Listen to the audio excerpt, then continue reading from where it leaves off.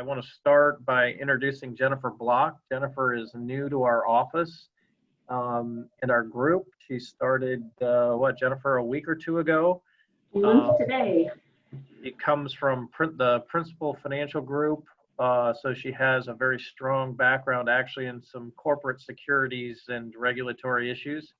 So with that, Jennifer, I'll let you talk a little bit more about your background and we'll get started. Great, thanks, Dave. Yeah, so I looking at the calendar, realized it was 1 month today that I joined Dorsey, and I came from Principal, where I worked with some pretty heavily regulated securities matters. Prepared offering documents for mutual funds and ETFs, and prepared ongoing disclosure. Worked with the SEC on different matters. Worked with our fund board of directors very closely. Was in our law department there for about 10 years, and then the rest of the time, almost 4 years, with the business areas. So given that background with the corporate America, I'll talk next about some guidance that was provided to corporate issuers just earlier this spring. So on April 8th, SEC Chairman Jay Clayton and the Director of the Division of Corporation Finance, William Hinman, issued a statement entitled "The Importance of Disclosure for Investors, Markets, and Our Fight Against COVID-19." And in that statement, they focused on two themes: the importance of disclosure, particularly forward-looking disclosure, and investor protection, market integrity, and legal risks.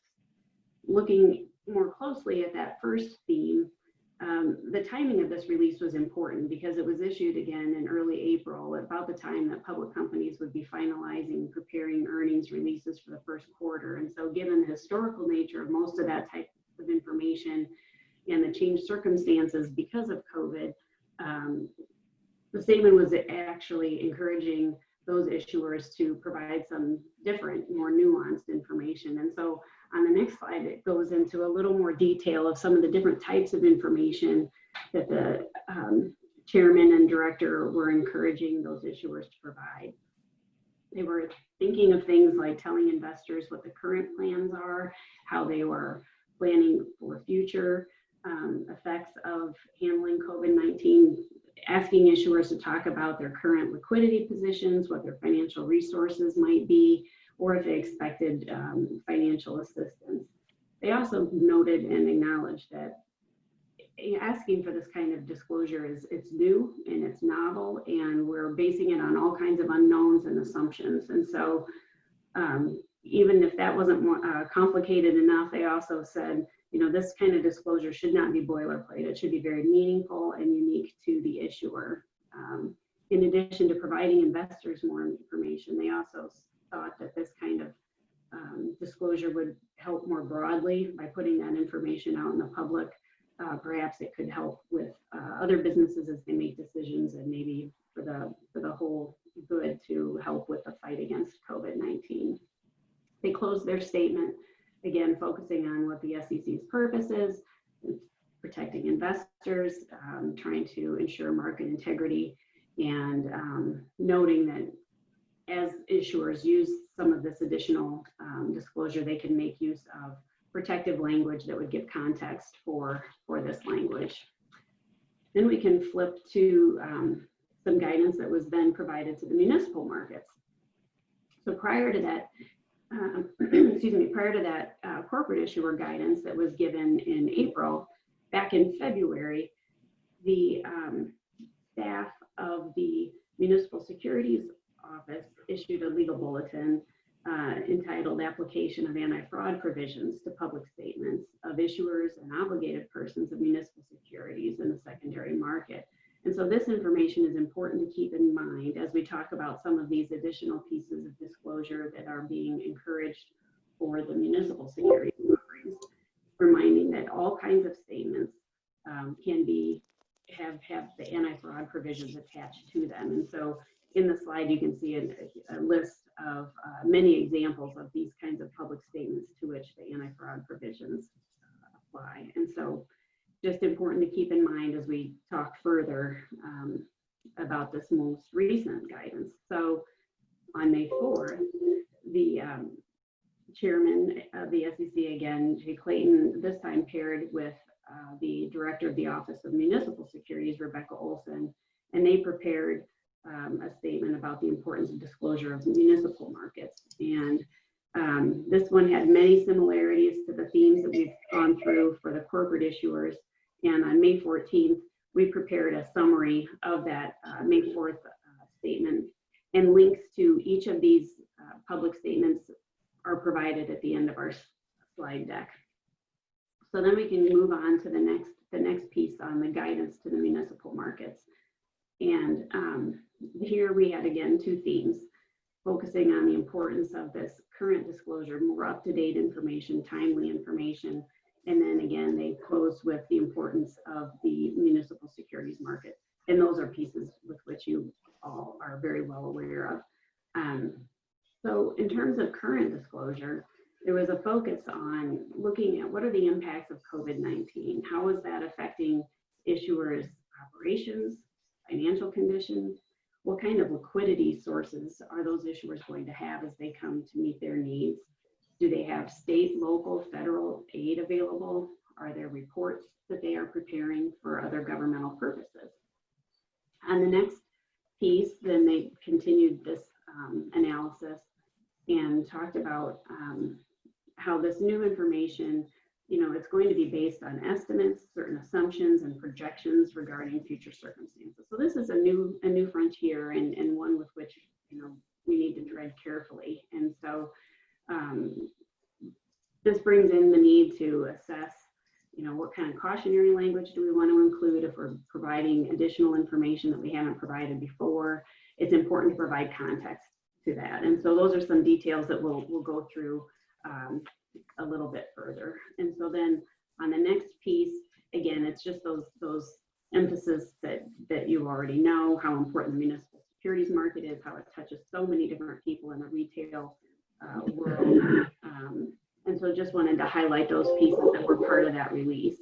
The next slide then, it's I think a decent summary of what we've talked about already. And so you can go through that as you wish, but it highlights how in that corporate issuer guidance in April, and then the municipal securities guidance issued in May, talking about investor uncertainty, high quality disclosure for both of those markets, the encouragement for issuers to provide updated information to investors, making sure that whatever information is out in the public is consistent, whether it's in the offering document or maybe a newspaper article or a public statement by an official.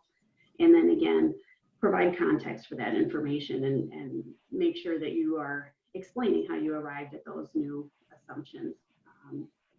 So with that, I'll turn it over to James, who can talk about due diligence. All right, thanks, Jennifer. Yep. So this is going to cover obviously more on the primary offering if we're working on a current transaction. With some of you that are joined with us today, you will notice that we're going to ask a few more questions and maybe dig a little deeper with respect to current financial status and also with respect to some of the projections. So we're going to be, you will see, if you haven't seen already, a new section on our standard due diligence questionnaire that tries to get at some of this information, so we can fine tune this for each of the particular clients, whether it's a GO deal or a revenue-based deal. We'll ask some particular questions with respect to current status, the end of this current fiscal year, and then also how that issuer is planning for and looking forward to the next fiscal year. We've had some discussions with things like annual financial reports. We'll be looking at the current budget, and part of that is certainly based on the SEC's position and statements that reports that are filed with other government bodies are speaking to the market. And of course, in Iowa, we have the annual financial reports that get filed each December, usually before an audit is done. And so that's one of the things that we'll be looking at as a potential source for additional information, depending on timing of the transaction. We'll also start to ask a little bit more on the types of information that are being provided to rating agencies, just to make sure we understand the discussions that are going on there as well. With all of that, we will have, of course, the normal diligence call. We'll review that information.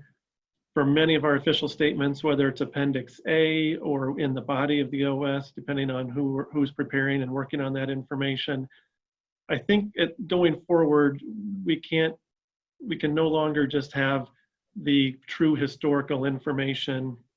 We need to update that as current as we reasonably can, especially when we get to the end of like a current fiscal year. So we're sitting here at the end of May, almost through fiscal 20.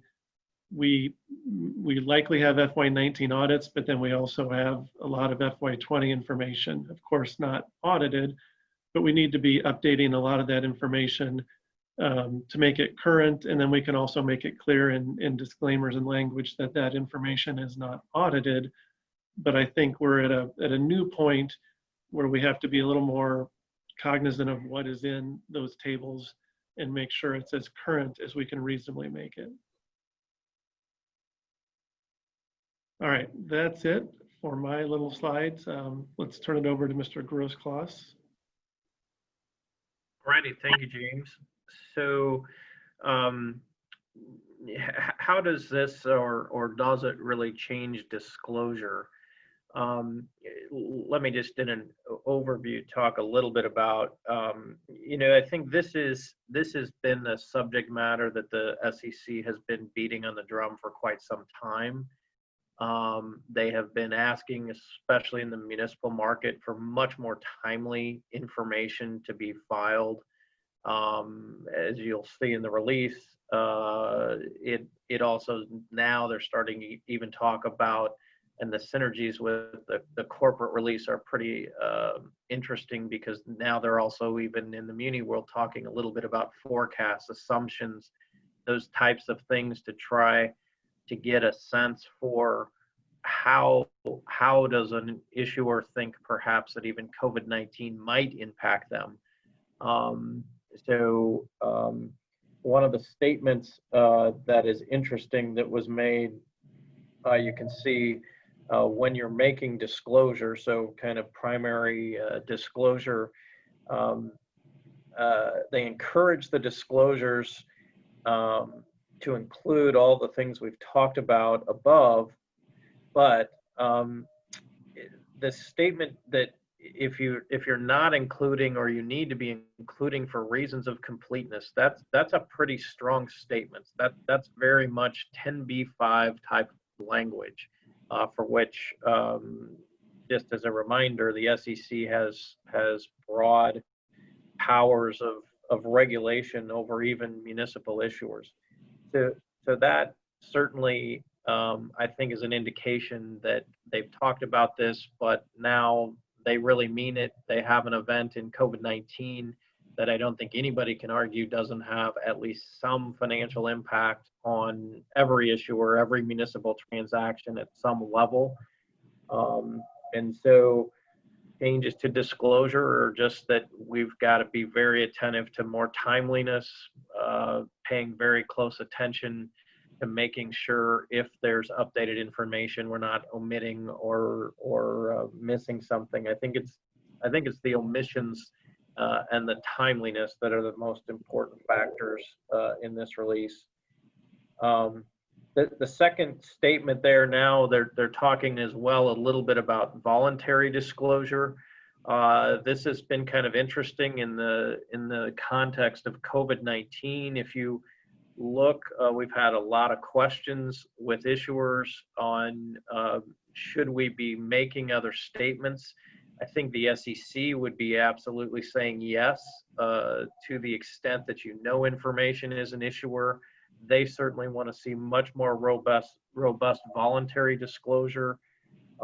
If you've been following, there have been thousands of filings on EMA of voluntary disclosure. I would have everybody give some thought. It is voluntary. It's interesting when you really set down almost all the examples we've been running into over the past 2 months. We really haven't found issues that are actual material events under the 16 material events for continuing disclosure.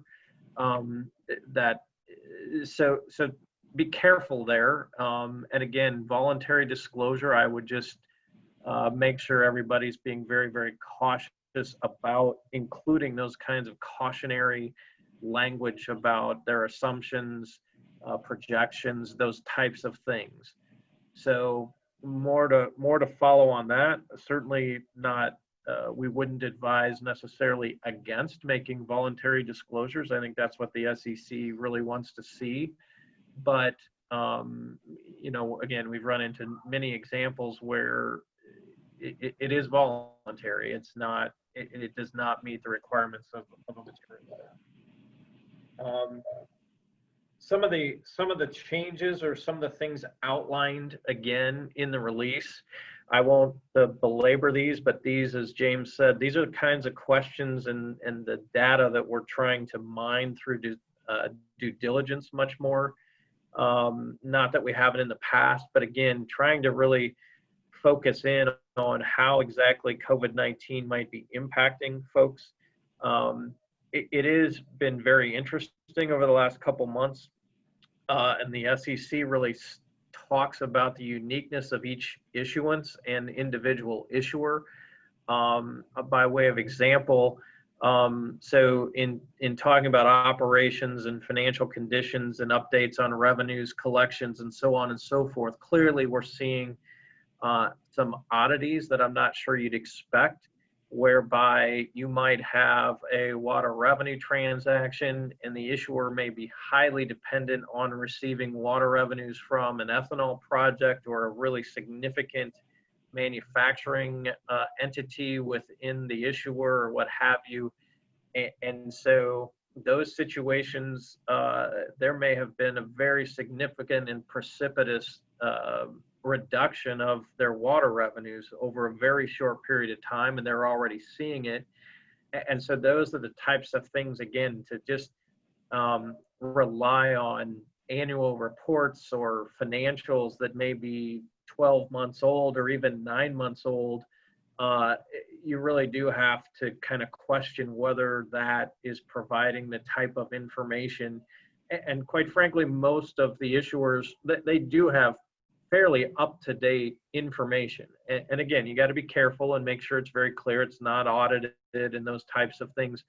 But it is information which would clearly, for certain issuances, be material, should not be omitted, and should be updated as timely as it can be. One of the other things you'll see there, liquidity, cash on hand, those types of things. I don't know that it's been normal on most issuances to bring down the amounts for cash on hand and so on and so forth. I'll just point out that it obviously was something that was referenced in the release. Go ahead, James. The next one, availability of federal, state, and local aid. I think this is an important one. I think we do need to understand, because obviously it's very public, but if our cities are asking for or receiving money, we've had a few one-offs that city type of entities have been able to receive and have asked for PPP funds under the CARES Act. We have seen any number of situations. This is very state driven. Some localities have been provided money from the states under the CARES Act. For instance, I'm aware and have worked with Alaska. Out of the $1.25 billion CARES Act, the governor provided about $565 million to local cities and townships in Alaska. So that's obviously pretty significant for those communities. I think it was reported just yesterday in the bond buyer that 32 of the states have not actually distributed any CARES Act money to local municipalities. You know, again, that's something just to be watching. I think not only if money has been distributed or if the state has made a decision that their CARES Act money won't be distributed. And if that's publicly reported, I think those are the types of things we all need to be paying attention to and considering, given the issuance, whether we need to describe that as part of COVID-19 language or more specifically to certain issuances. And then the other one outlined, James has touched on this a little bit, but taking a hard look at other reports that are prepared for governmental purposes. So he's mentioned Iowa, for example. Cities, school districts have to file certain annual budgets. They have to file certain annual reports. Those are, when you take a look back clearly at the February 7th SEC guidance, those are statements to the public, which I think you'd reasonably expect investors to be able to see. So it is taking a hard look at what else is out there with investors. The other thing I'll just say, we have run into a number of situations recently as well where maybe the local newspaper has talked to the city manager or the mayor or some other public official, and they've been told, well, we expect our budget to have to be cut by 25%, or these are the ramifications that we're seeing at the city level for COVID. And I think those are important statements. We all need to try to be aware of those, and we need to give some real thought to making sure that those types of very public statements are being interwoven into our disclosure. Next. So again, we've touched on, but I think one of the changes as well is the discussion about now providing assumptions as to how something like COVID might impact our issuers. I think this one's a little tougher. I think you got to be very, very careful here. I don't think that means we shouldn't be doing it to the extent, again, public statements are made, to the extent budgets may have been updated, amended budgets, for instance, may get filed. Those are the types of things where I think we have to be cognizant of those public statements being made that may kind of be looking forward. Obviously, the most important thing here is you really have to make sure you're footnoting, you're stating, you're providing that cautionary language to make sure that it's very clear that you're protected as well by the cautionary statements that you might be including. All right, next. So key takeaways, and then we'll try to just get to some quick questions. This is obviously evolving. Again, I think it's actually in the muni world, this has been a drumbeat of the SEC for more timely information, more robust disclosure. Now, clearly, we have an event that is impacting the entire world, not to mention our issuers. And so it's a pretty good case, I think, for the SEC to be talking about timeliness, making sure that the information you're providing on your particular issuance is as up to date as possible, taking a really hard look at what kind of up-to-date financial information do folks really have, not maybe relying so much on just an audited financial that might be a little stale. Clearly leads to some increased due diligence questions, mining a little more time maybe with our issuers to just walk them through what it is that we're all trying to make sure we're covering. As the SEC releases have stated, this really is case by case as well. I think that's the one thing that everybody needs to really be reminded of, and that hopefully will be dealt with in due diligence. But this event is impacting what would seem to be very similar issuers in very, very different ways. So again, things like I've mentioned ethanol in a water revenue deal. You may have a city that has, in fact, some kind of casino revenue debt, and the casinos are just opening up here, but they've been shut down.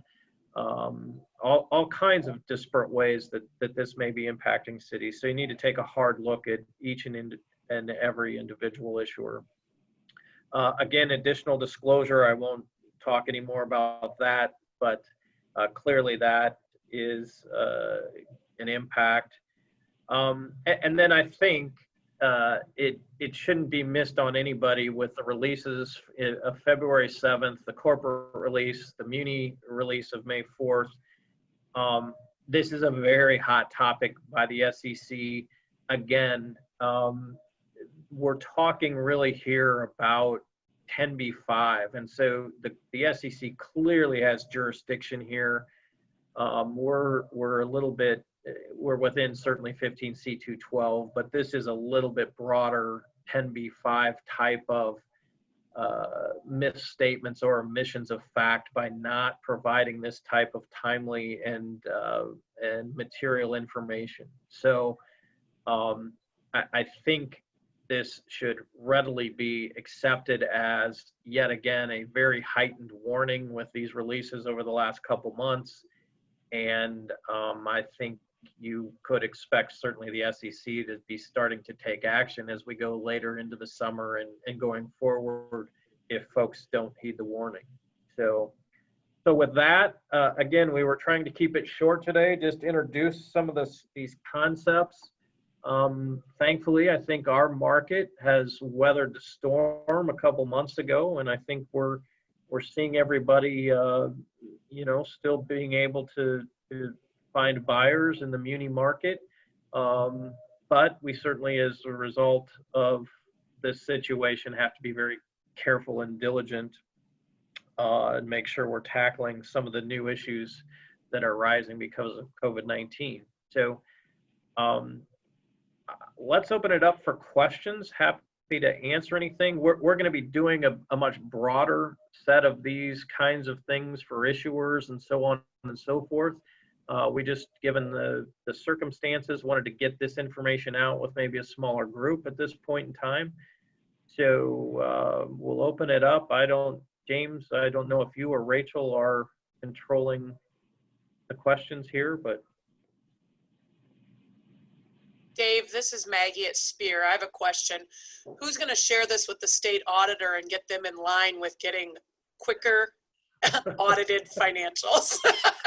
I mean, how do we, I really truly want to know, how can we as a collective group put the pressure on them to get better at what they're doing?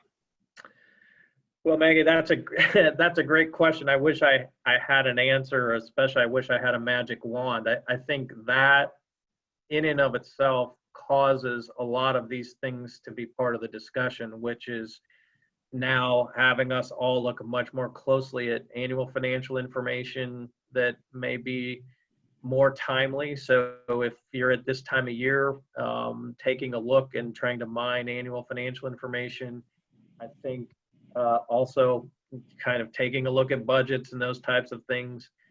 The specific answer to your question, though, Maggie, is I think we are all as a group going to have to lock arms and try to sit down with the auditor and say, look, our clients have to start getting their audits more timely. Otherwise, I think the buy side is going to start to revolt at some point and say, look, we're just not going to be willing to buy your bonds unless and until you can provide us more updated financial information. So I think it is a collective discussion, and I'll put you at the top of the list when you're next in Des Moines, or when we can all next start meeting in person to go over to the auditor's office and have a discussion. I would add this. I think it's also the associations, right? I think it's the county association. I think it's League of Cities, the school district association. I think those associations also have to really start having a voice and understand that the lack of timeliness for all of their entities to receive state audits, it is costing all of our clients and their members money ultimately. Thank you.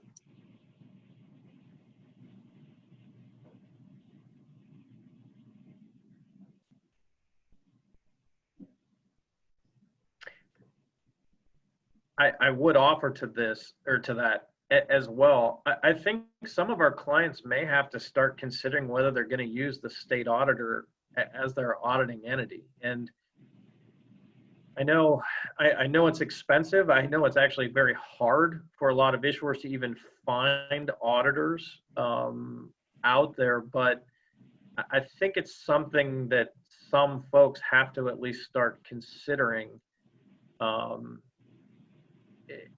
as an alternative. But having said that, I think we've all heard it's not easy to find even a private auditor to be able to get audits more timely.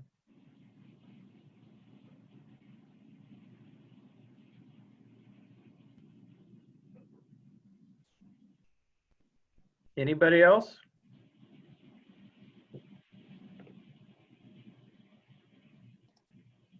All right. Well, we only wanted to take a half hour of your time. Thank you very much, everybody. You'll be hearing more from us on this topic as we start to hopefully have meetings of all of our groups. Be safe. It's good to see some faces on screens at least. So have a good rest of your day. As I said, good to see some offices opening up, and be safe out there.